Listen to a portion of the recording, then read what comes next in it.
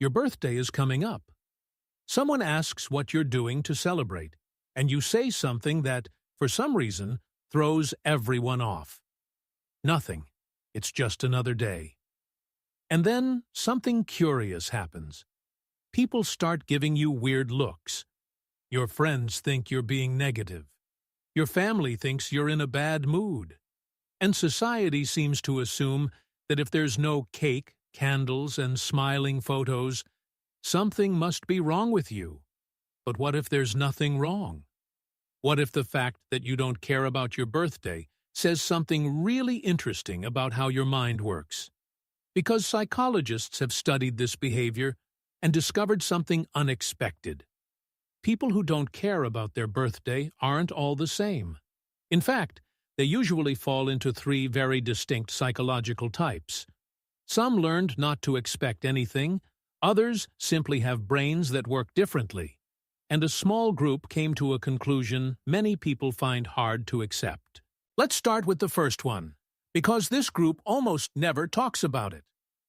There are people who stopped celebrating their birthday, not because they wanted to, but because they learned not to expect anything. In the 1960s, psychologist Martin Seligman discovered a phenomenon he called learned helplessness. When someone experiences repeated disappointments without being able to change the outcome, the brain starts doing something really curious. It stops trying. Not because the person is weak, but because the brain is trying to protect itself. Birthdays can easily become a kind of emotional experiment. As kids, we expect very specific things. We expect people to remember. We expect to feel special. We expect that day to be different.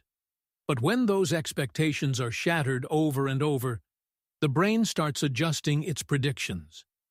Here's where another interesting neuroscience discovery comes in. Researchers like Wolfram Schultz showed that dopamine doesn't just respond to rewards.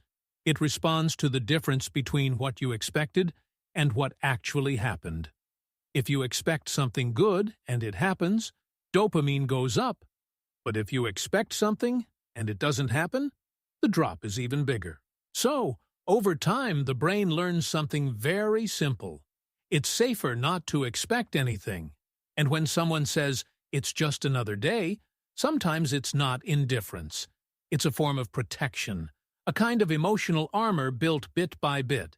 But here's something curious. Not everyone who ignores their birthday does so because of past hurts. There's a completely different group. There are people who honestly don't even remember their birthday. Not because they're sad, not because they're avoiding something. Their mind is simply occupied with other things. Psychologists call this temporal blindness. It's common in people who are very focused on projects, work, or ideas. When your mind is constantly focused on solving things, creating things, or moving towards goals, dates start to lose their importance. Days blend together, weeks fly by, the calendar stops feeling like a clear structure, and some events end up filed away by the brain in the non-urgent category. It's the same place where that dentist appointment you've postponed 3 times lives, or that never-ending to-do list. It's not a lack of self-love. It's simply that your mind is occupied with too many things at once. But there's a third group, and this one is probably the most interesting from a psychological standpoint. These people don't forget their birthday, nor do they ignore it out of pain. They simply don't need it. They've observed the whole birthday ritual, the candles, the well wishes, the celebration, and they've come to a very simple conclusion. They don't need it to feel good. Psychology has an explanation for this. Researchers Edward Deci and Richard Ryan, creators of self-determination theory, studied for decades what truly makes people happy and found something curious. People with greater psychological well-being don't rely as much on external events to feel good about themselves. Their sense of personal worth comes from within, not from a specific date, not from a celebration, or from 30 people singing an awkward song to them in a restaurant. These people understood something researcher Philip Brickman called the hedonic treadmill, the human tendency to constantly chase the next special moment, the next achievement, the next celebration, the next peak of happiness. But those peaks almost never last.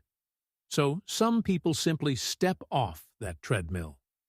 They don't wait for one special day a year to feel important. They've learned to feel whole on any given Tuesday. And curiously, that can make others uncomfortable because it breaks a widespread belief.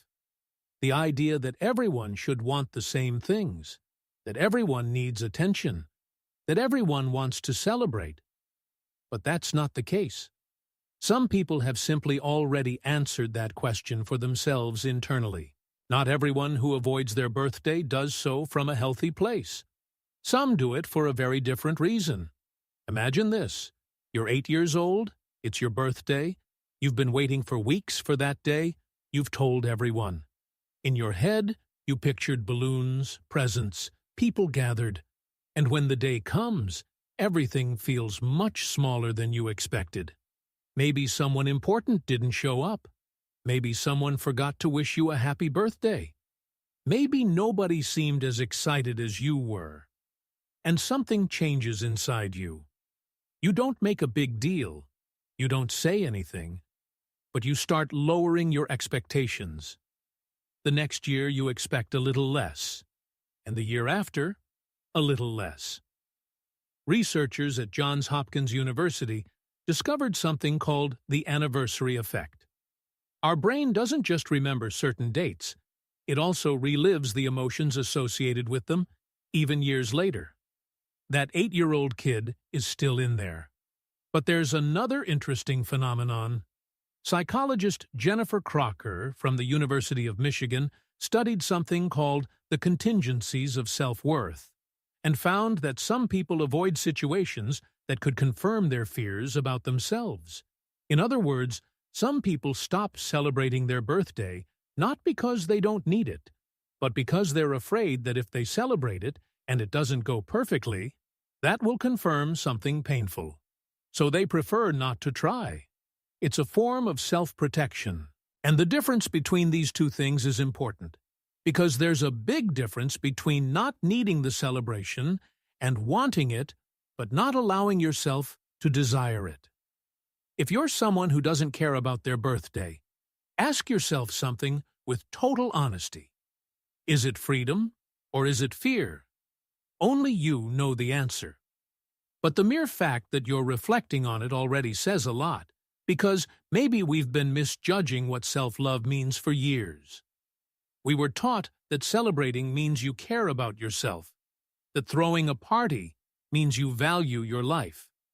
But maybe true self-love doesn't always look like a party. Maybe sometimes it looks like something much quieter, accepting that just another day on the calendar is enough. Someone watching this video might have spent their last birthday completely alone and still felt perfectly at peace. If that's you, you're not broken. You simply belong to a group of people who don't need permission to feel complete. And if this video popped up on your screen today, maybe it wasn't a coincidence. If you've ever spent a birthday without celebrating and felt perfectly fine, feel free to leave a comment. If this analysis has changed how you understand your own emotions or those around you, subscribe and like the channel. We're exploring the depths of the human mind that often remain hidden. Keep cultivating your curiosity. The next discovery about who you really are will be revealed very soon.